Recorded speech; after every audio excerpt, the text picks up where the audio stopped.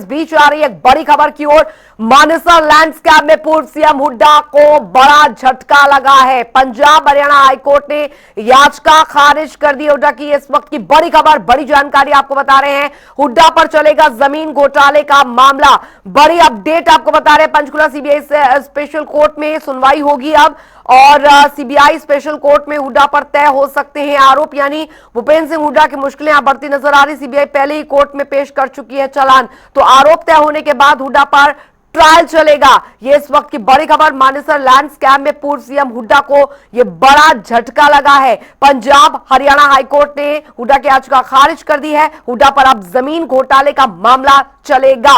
यह बड़ी खबर। पंचकुला सीबीआई स्पेशल कोर्ट में सुनवाई होगी। बड़ी जानकारी। इस बीच सीबीआई स्पेशल कोर्ट में हुड्डा पर तय हो सकती है आरोप। जानकारी मिल रही है सीबीआई पहले ही कोर्ट में पेश कर चुकी है चालान, और अब जानकारी आरोप तय होने के बाद हुड्डा पर चलेगा ट्रायल। ये बड़ी खबर आपको यहां पर बता रहे हैं। बड़ा अपडेट इस खबर पर आपको बता रहे हैं। मानेसर लैंड स्कैम मामले में हुड्डा को यह बड़ा झटका। क्या पूरा मामला है वो हम आपको पॉइंटर्स के जरिए लगातार दिखा रहे हैं। ये पूरा मामला जो था वो क्या था, तो मुआवजा 25 लाख प्रति एकड़ तय किया गया। बता दें आपको कि अवार्ड के लिए सेक्शन 9 का नोटिस भी जारी किया गया। बिल्डर्स ने 400 एकड़ जमीन किसानों से औने पौने दामों में खरीदी। साल 2007 में बिल्डर्स की 400 एकड़ जमीन अधिग्रहण से मुक्त कराई। किसानों को करीब 1500 करोड़ का नुकसान इसकी वजह से हुआ। तो सीबीआई ने साल 2015 में जांच शुरू की थी, और भूपेंद्र हुड्डा समेत 34 आरोपी इसमें बनाए गए थे। सितंबर 2018 में 80 पेज की चार्जशीट दाखिल की गई। फिर पंचकुला की विशेष सीबीआई कोर्ट में आरोप तय करेगी। सुप्रीम कोर्ट ने सीबीआई जांच के निर्देश दिए थे। और हमारे सहयोगी रितेश कुमार गौतम हमारे साथ न्यूज रूम से इस बड़ी खबर पर जुड़ गए हैं जानकारी के साथ। रितेश, मानेसर लैंड स्कैम में पूर्व सीएम हुड्डा को यह बड़ा झटका लग चुका है। पंजाब हरियाणा हाईकोर्ट ने याचिका खारिज कर दी है। अब आगे यहां पर मुश्किलें हुड्डा की काफी हद तक बढ़ती नजर आ सकती है। बिल्कुल निश्चित रूप में पहली तस्वीर में ही साफ तौर पर यह अंजलि दिखाई देता है कि इस मामले में भूपेंद्र सिंह हुड्डा की मुश्किलें बढ़ेंगी, कम नहीं होने वाली हैं। चूंकि मुश्किलों को कम करने के लिए भूपेंद्र सिंह हुड्डा हाई कोर्ट पहुंचे थे, लेकिन वहां से उन्हें किसी प्रकार की राहत नहीं मिली है, और हाई कोर्ट ने उनकी याचिका को खारिज कर दिया। यानी इसका सीधा मतलब यह है कि जो पंचकुला की सीबीआई की विशेष अदालत इस मामले में जांच कर रही थी, जिसने 80,000 पन्नों की चार्जशीट दाखिल की थी, जिसमें 34 आरोपी बनाए गए थे, जिसमें मुख्यमंत्री, तत्कालीन मुख्यमंत्री उस वक्त के, यानी जिस वक्त का यह पूरा कथित घोटाला है, पूर्व सीएम भूपेंद्र सिंह हुड्डा भी आरोपी बनाए गए थे। इस लिहाज से अब चूंकि हाईकोर्ट से इस मामले में याचिका खारिज हो गई है, यानी जो जांच पड़ताल का दायरा चल रहा था, जो पंचकुला की विशेष सीबीआई की अदालत इस मामले में सुनवाई कर रही थी, वो अब सुनवाई आगे बढ़ेगी। यानी अब आरोप तय किए जाएंगे, और आरोप तय होने के बाद ही ट्रायल की शुरुआत होगी। अंजलि, आरोप तय होना अपने आप में इस मामले में काफी ज्यादा मुश्किलें बढ़ा देगा भूपेंद्र सिंह हुड्डा समेत अन्य आरोपियों के लिए भी।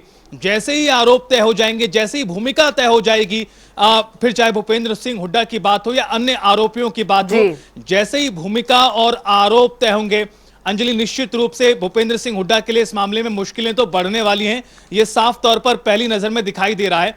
लेकिन इस बीच एक जानकारी अपने दर्शकों को यहां पर और दे दें अंजलि, कि भूपेंद्र सिंह हुड्डा भी 2:30 बजे के आसपास इस मामले को लेकर अपनी पहली प्रतिक्रिया दे सकते हैं। यानी नजर उस पर भी रहेगी कि भूपेंद्र सिंह हुड्डा अपनी पहली प्रतिक्रिया में इस मामले को लेकर क्या कुछ कहते हैं। जहां पहले से ही प्रदेश का सियासी पारा हाई है अलग अलग मुद्दों को लेकर, उस बीच इस घटना को लेकर पॉलिटिकल टेम्परेचर बढ़ना लाजमी सी बात है। लेकिन राजनीतिक बयानबाजी से इतर इस मामले को अगर हम कानून के नजरिए से देखें, तो यह बात बिल्कुल साफ तौर पर नजर आ रही कि भूपेंद्र सिंह हुड्डा की और अन्य आरोपियों की मुश्किलें इस मामले में बढ़ने वाली हैं। जिस तरह से आपने भी पॉइंटर्स के माध्यम से और ग्राफिक्स के जरिए समझाया कि आखिरकार पूरा मामला क्या है, किस तरह से लोगों को जो पूरा मानेसर है आज का, जो उस वक्त गुरुग्राम हुआ करता था, उसके कई गांवों की जमीन औने पौने दामों में खरीदी गई बिल्डर्स द्वारा। भय दिखाया गया कि सरकार इस जमीन को अधिग्रहित कर सकती है, और उसके बाद बिल्डर्स ने औने पौने दाम में जमीन खरीदी, कम रेट में खरीदी, और उसके बाद सरकार ने फैसला किया और इस जमीन को अधिग्रहण मुक्त कर दिया। यानी आईएमटी का फैसला रद्द हो गया। इसके बाद जो प्रॉपर्टी के रेट थे वो एकाएक बढ़ गए, और इसी से समझ आया कि इस मामले में कहीं ना कहीं प्राइवेट बिल्डर्स प्लेयर्स को फायदा पहुंचाने के लिए इस तरह की चीजें की गई, इस तरह की प्रक्रिया को अपनाया गया जिसका सीधा नुकसान पहुंचा वहां के किसानों को।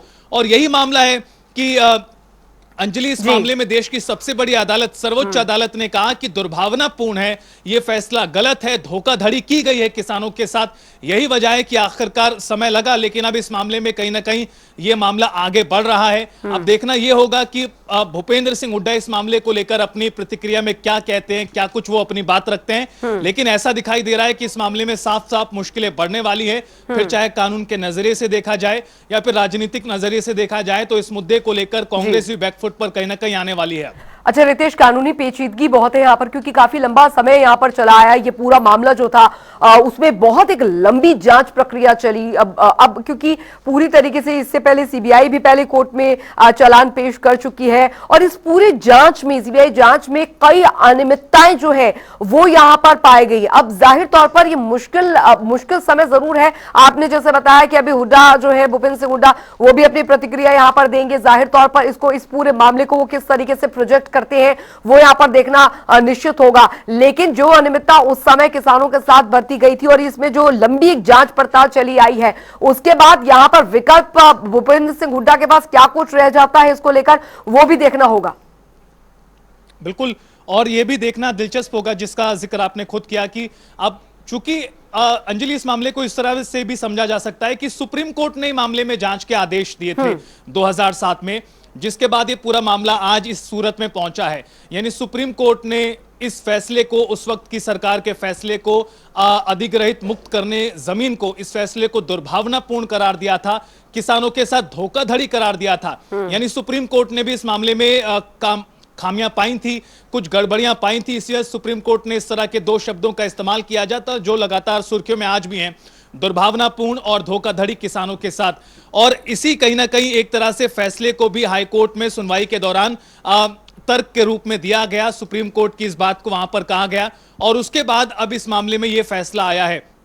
सवाल ये कि अब भूपेंद्र सिंह हुड्डा के पास और विकल्प क्या है? क्या भूपेंद्र सिंह हुड्डा इस मामले में, जो सीबीआई की विशेष अदालत इस मामले में सुनवाई कर रही है, इसको लेकर हाईकोर्ट के बाद आगे बढ़ते हैं, यह भी देखना होगा। लेकिन चूंकि सुप्रीम कोर्ट ने मामले में जांच के आदेश दिए थे, इस लिहाज से कहा जा सकता है कि मामला बेहद गंभीर तो है ही, और पेचीदगियां इसकी निश्चित रूप से बहुत सारी हैं। चूंकि मामला आज का नहीं, 2004 यानी करीब करीब 2 दशक पुराना ये पूरा मामला है।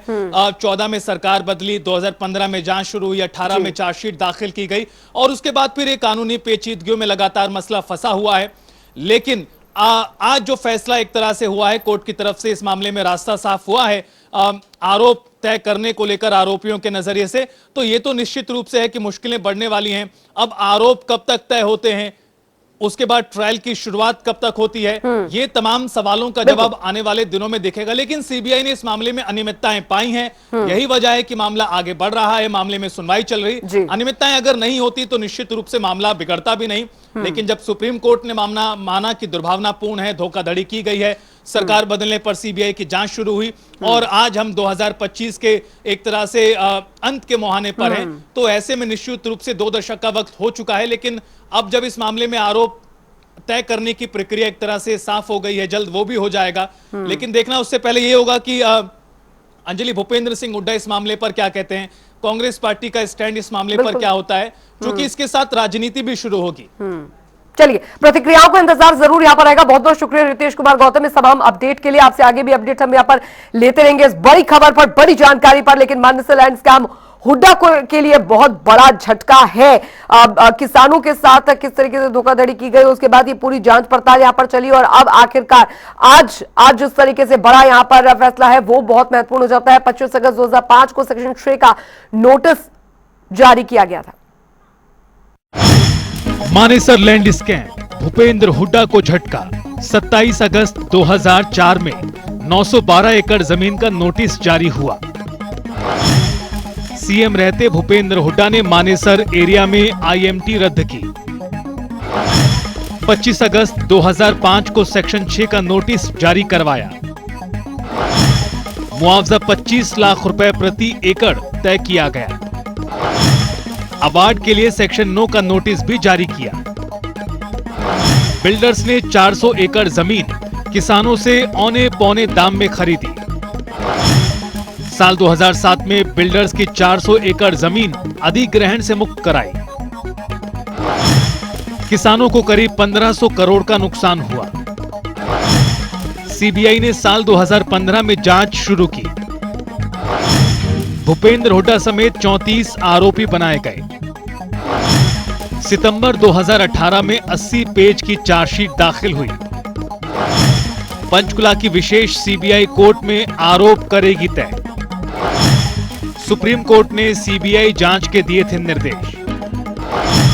सुप्रीम कोर्ट ने हुड्डा सरकार के फैसले को बताया था दुर्भावनापूर्ण। सुप्रीम कोर्ट ने हुड्डा सरकार के फैसले को माना था धोखाधड़ी। सुप्रीम कोर्ट ने बिचौलियों के अनुचित लाभ की जांच के दिए थे आदेश। एक एक पाई वसूलने के आदेश दे चुका है सुप्रीम कोर्ट।